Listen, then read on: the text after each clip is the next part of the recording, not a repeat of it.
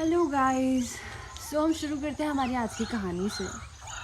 एक बार की बात है, एक जो लड़की होती है वो एक सब्ज़ी वाले के पास से सब्ज़ी खरीद रही होती है, एक ठेले वाले के पास से।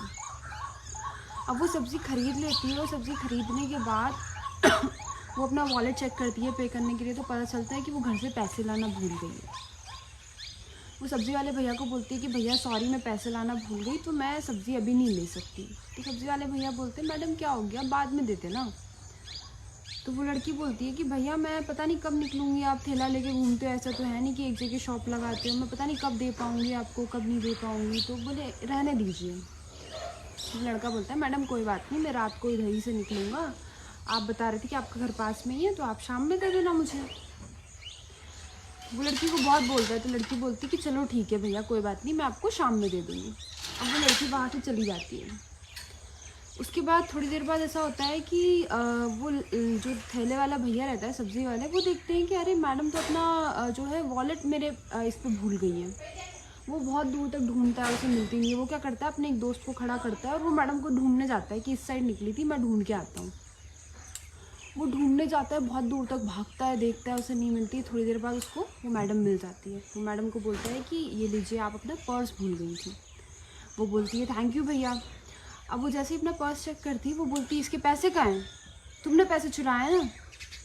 लड़का बोलता है मैडम कैसी बात कर रही हैं, थोड़ी देर पहले तो आप कह रही थी कि आपके पास पैसे नहीं हैं, और अब इसमें पैसे कैसे आ सकते हैं, आप झूठ क्यों बोल रही हैं, मैंने आपके कोई पैसे नहीं चुराए। फिर वो लड़की बोलती है मुझे नहीं पता, तुमने ही पैसे चुराए हैं, चेकिंग कराओ। वो चेक कराता है। चेक कराता है तो पता चलता है कि उसके पास पैसे नहीं हैं। अब वो लड़की बोलती है कि भैया I am sorry, thank you Sikandar ji मुझे स्टार्स देने के लिए, थैंक यू। हाँ, सो वो लड़की बोलती है, उसे अफसोस होता है, वो बोलती है कि भैया सॉरी, एक्चुअली आप मुझे रोज़ रोज़ बुलाते थे, देखते थे सब्ज़ी के लिए, तो मैंने ना मतलब जानबूझ के ऐसा किया, अपने पर्स में पैसे तो रखे लेकिन आपको नहीं दिए, तो जैसे मैंने आपके साथ किया वैसे ही मेरे साथ हो गया। और वो सॉरी बोल के जाने लगती है। वो बोलती है कि मैं शाम को आपके पैसे दे दूँगी। अब क्या होता है, जो लड़का होता है ना, फिर वो रोकता है कि मैडम रुकिए, और पैसे निकालता है और बोलता है ये लीजिए आपके पैसे। तो वो बोलती है कि अच्छा तुमने ही पैसे चुराए थे। फिर वो बोलता है कि इसलिए चुराए थे ताकि आपको आपकी गलती का एहसास हो। बोलते तुम्हें कैसे पता कि मैंने सच में ऐसा किया है।